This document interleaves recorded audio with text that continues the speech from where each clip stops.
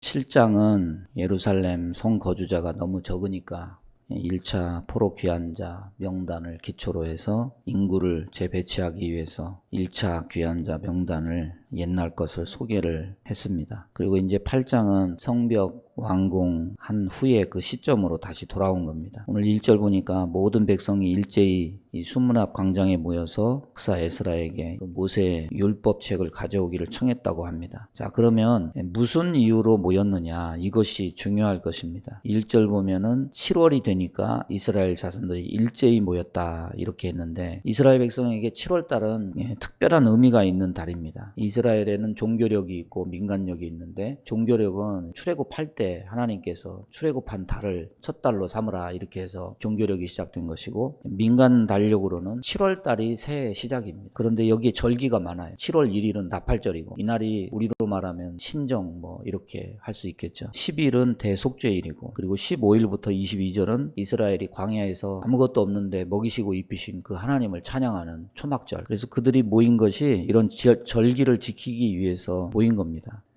그런데 여기서 우리의 주목을 끄는 것이 무엇이냐면, 백성들이 이 모인 시점이 어느 시점이냐. 이스라엘 자손들이 각자의 성읍에서 이 나팔절 지키기 위해서 예루살렘으로 모이려면은 적어도 하루 이틀 전에는 출발을 해야 되지 않겠습니까? 멀리 있는 사람은 여행을 하면서 여기에 오지 않았겠습니까? 그런데 예루살렘 성전 재건이 완료된 것은 언제냐면은 6월 25일이에요. 그럼 불과 5일 사이에 집에 갔다가 하루 이틀 쉬고 다시 돌아온 거예요. 이거는 하나님에 대한 열정이 없이는 불가능하지 않겠습니까? 결국 예루살렘 성벽 중건 과정에 나타난 이 하나님의 도우심을 경험한 이스라엘 자손들이 굉장히 이 신앙심이, 믿음이 깊어졌다는 것을 우리가 알 수 있죠. 그런데 이 백성이 절기 때 모여서 청한 것이 뭐냐면, 학사 에스라에게 여호와께서 이스라엘에게 명하신 모세 율법책을 가지고 와서 읽어달라. 에스라가 먼저 이리 모여라, 자 우리 하나님 말씀 읽자, 이렇게 한 게 아니에요. 백성들이 먼저 에스라에게 율법책을 가지고 와서 우리에게 읽어달라.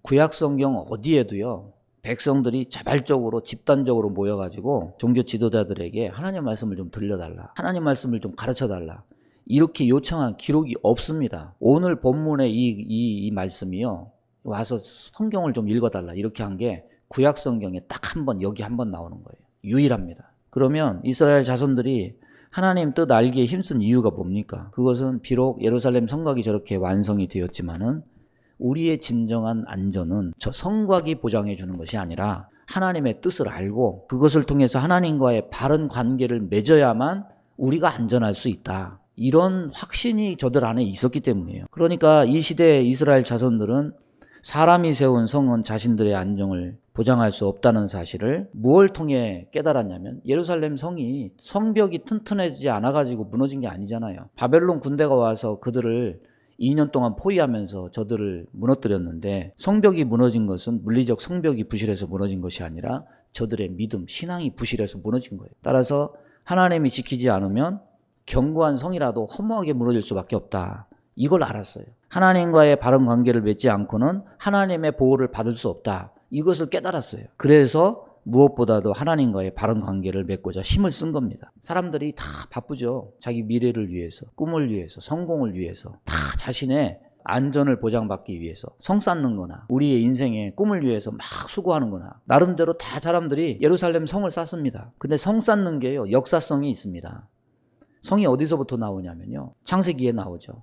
가인이 아벨을 죽인 다음에 쫓겨나서 취한 행동이 뭐냐면 성쌓기예요. 가인이 두려운 거예요. 하나님의 보호막에서 쫓겨났기 때문에 이제는 자기가 자기를 스스로 보호해야 됩니다. 성은 인간의 두려움을 떨치기 위해서 인간이 스스로 고안해낸 가림막입니다. 하나님을 떠난 사람들은 스스로 성을 쌓아야만 살 수 있어요. 모든 사람들이 자기 보호를 위해서 이렇게 골몰하죠. 그런데 하나님을 경외하는 사람은 성을 먼저 쌓지 않아요. 하나님이 가인과 아벨 대신에 주신 또 다른 시가 뭐냐면 셋이죠. 셋이 성을 쌓았다, 이런 말 없어요. 뭐라고 얘기하고 있냐면 여호와의 이름을 불렀다, 이렇게 말해요. 무슨 말입니까? 자기 보호보다 먼저 하나님을 예배하고 경외했다. 왜냐하면 인간이 보호받는 것은 성을 쌓음에 있지 않고 하나님을 경외함에 달려있기 때문이에요. 그러니까 하나님 섬기는 자들에게 보호받는 것은 덤입니다. 목적이 아니에요. 하나님 섬기는 자들의 목적은 하나님을 섬기고 영원토록 즐거워하는 것이 본질입니다. 오늘날도 사람들이 열심히 성사하여 시간을 바치고 정력을 바치고 자기 인생 다 바쳐요. 미래를 보장받고 보호받고 안전을 보장받으려고 합니다. 심지어 하나님 믿으면서도 자기 성을 더욱 건교하기 위해서 하나님과의 바른 관계를 맺는 시간마저 희생하면서 거기에 전력을 다해요. 우리는 말씀을 기억해야 돼요. 여호와께서 집을 세우지 아니하시면 세우는 자의 수고가 헛되며 여호와께서 성을 지키지 아니하시면